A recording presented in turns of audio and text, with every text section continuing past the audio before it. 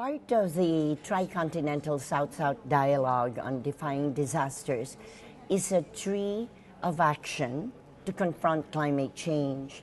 And this includes illustrated pledges done by children and youth from the Philippines, Kenya, and Colombia, because it's a tricontinental.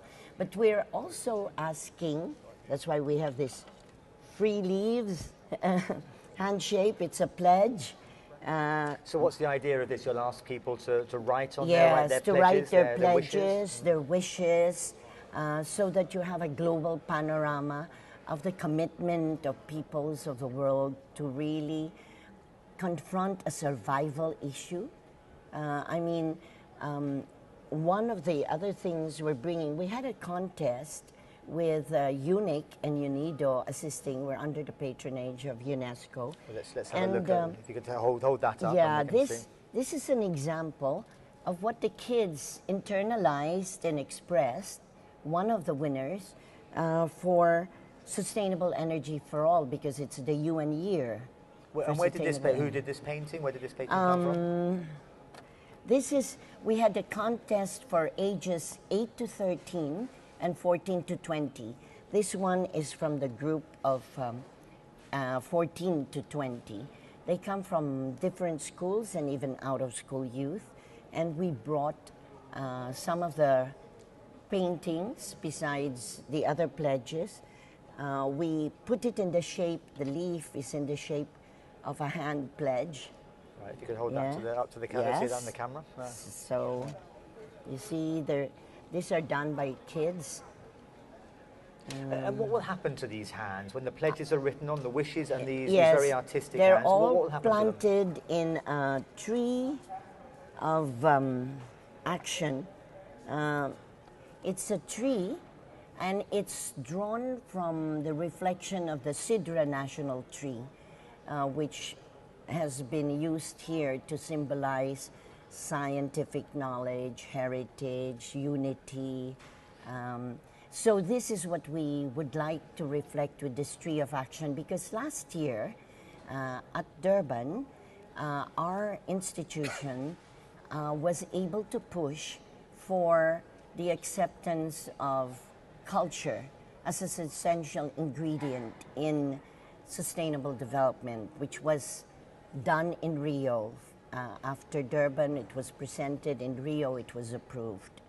And what's important now is to demonstrate that indeed culture is a very effective educational tool, values educational tool, starting from the young in all sectors, in order to conscientize, to motivate, popularize science, and involve people to count themselves in, as what is being said here in Doha, to help save our ailing Mother Earth.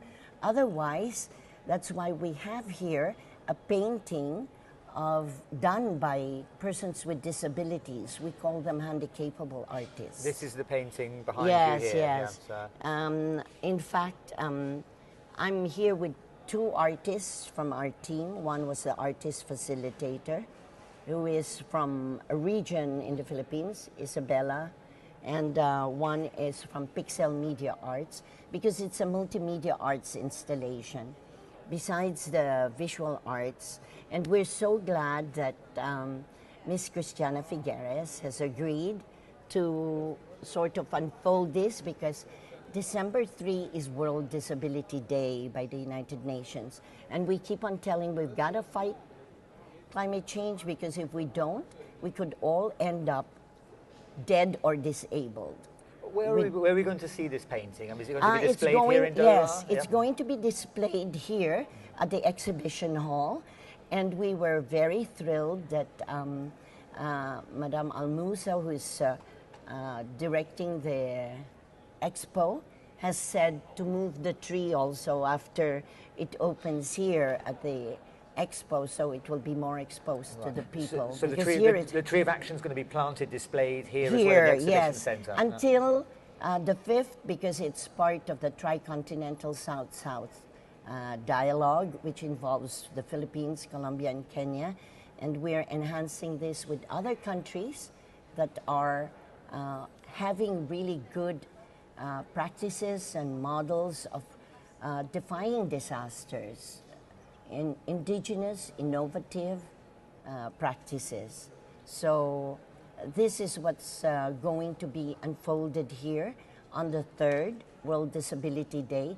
If there was a Gender Day, there's now a Disability Day. Persons with disabilities, it's not just their right, the human rights, because it's also the week of human rights, the first week of December, but it's also to call attention to their perspective or the need for us to really confront this challenge, daunting challenge. Otherwise, we'll all be either annihilated or, well, faced with physical problems. Right. So that's the idea, and we're also glad that we had a little dialogue with the COP president, His Excellency Minister Altia, and this is wonderful.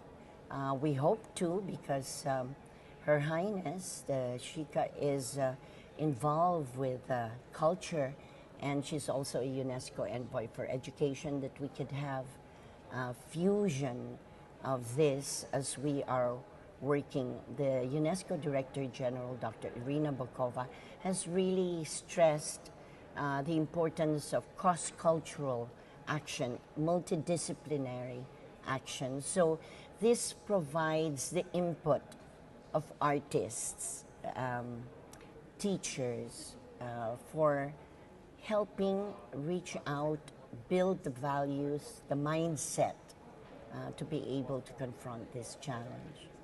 Okay, that's great. Thank you very much. That's on December. On December the 3rd. December the 3rd. Right here at 10 o'clock at the exhibition hall. In Hall 4. In Hall 4. And there's going to be a tricontinental South-South dialogue. It's chaired by our Climate Change Commissioner, GUIDOR-ALVAREZ. It will be in Hall 5, Room 3. It's a little late, but we hope everybody will try to come. That's at 8:15 to 9:45. It's really a way to help arouse the action that is necessary now, not tomorrow, not later, because we're facing really this really maddening, dangerous disasters, catastrophes that we've seen how lives are lost and properties destroyed, livelihood.